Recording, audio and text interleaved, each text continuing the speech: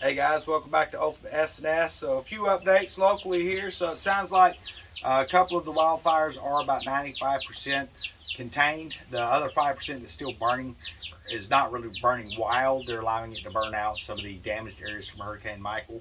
We still have a large fire north of us, well, kind of northeast of us, that is about 65% contained. It sounds like for the most part, unless something changes, it is away from residential areas. They're going to allow it to burn back into the swamps again to get rid of a lot of that broken trees and just really bad undergrowth and stuff like that from the storms that we had here with Hurricane Michael.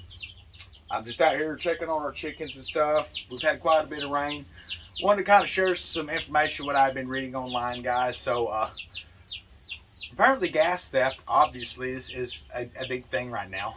But they had some criminals that, I gotta say, man, I don't agree with theft, but they really put a lot of thought into it. They actually had a lookout van, which was apparently a very large black SUV. And then they were taking a van that had been modified with fuel cells inside the back. And they had cut the bottom out of the back of the van. And they were going to the station. They were parking directly over the load gates where they actually put the fuel into the tank. They cut the locks off that was there. They had their own locks to replace on top of those.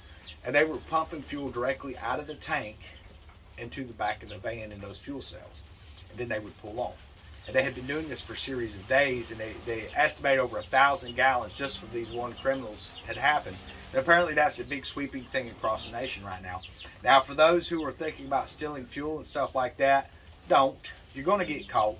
But you're hurting the other people, because the more theft that goes into an area, the higher your prices go, because they have to pay for that stuff. And if you're going around, you're stealing a lot of crap, all you're doing is making it harder on the rest of the people. So you're kind of a scumbag if you're going around stealing a bunch of stuff. But I thought it was pretty, it was definitely well thought out.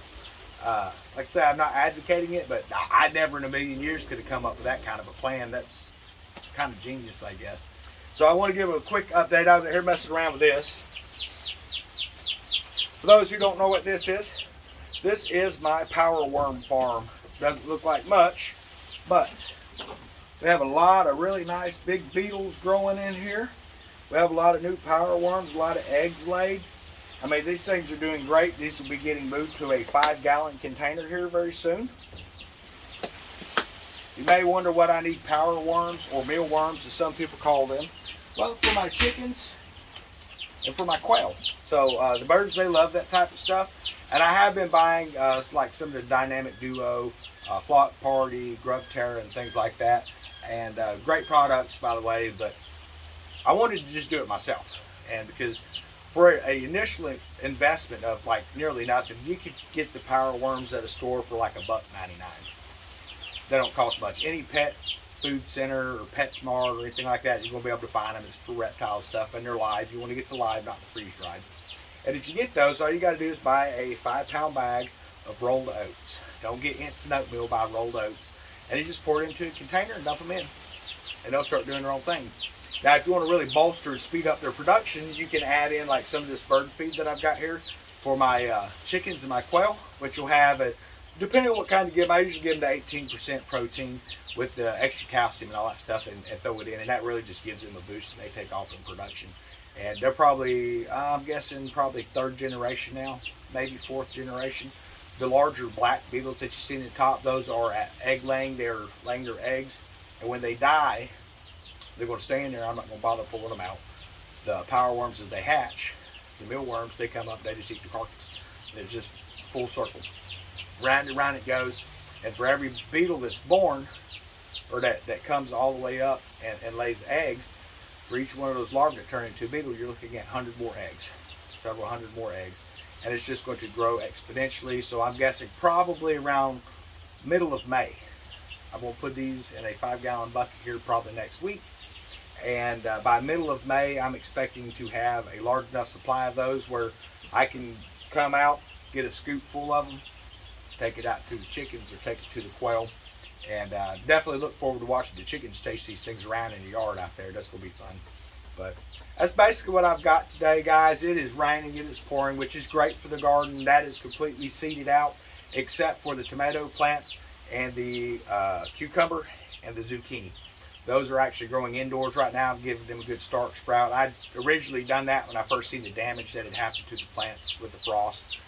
I've got my squash seeds direct sown, mainly because I didn't have enough room indoors to finish those. But here in about a week or two, when those sprout up, we're going to get that moved out to the garden, and we'll give you a tour of what we've got. I've kind of redesigned some stuff on the garden. That way I could take and place, if I need it, tarps and things over it as well. Which I would have tarped the garden out if I had known that freeze was coming in. For those commenting about, you got to wait till April. Well, I'm not in your grow zone. You do not have to wait until after Easter in this zone. Our last frost for this area is supposed to be a rough estimate, February 17th. So we're about a month past that. And it is very unusual to get a frost. In fact, it has not happened in 80 years in this area.